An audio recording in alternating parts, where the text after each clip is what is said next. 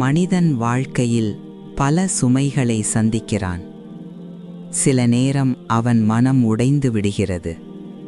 இது என்னால் முடியாது என்று எண்ணுகிறான்.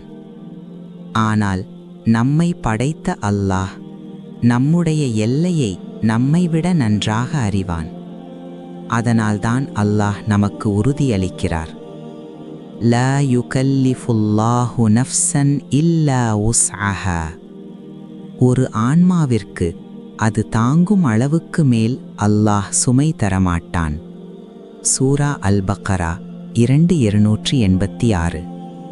சகோதரர் சகோதரிகளே, நீங்கள் சந்திக்கும் சோதனை உங்கள் பலவீனத்தின் அடையாளம் அல்ல, அது உங்கள் வலிமையின் சான்று.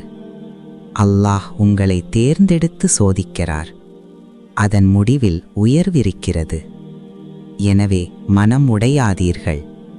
சுமை வந்தால் சஜிதாவை அதிகப்படுத்துங்கள், துஆவை அதிகப்படுத்துங்கள். அல்லாஹ் மீது நம்பிக்கை வைத்தவன் ஒருபோதும் தோல்வியடைய மாட்டான்.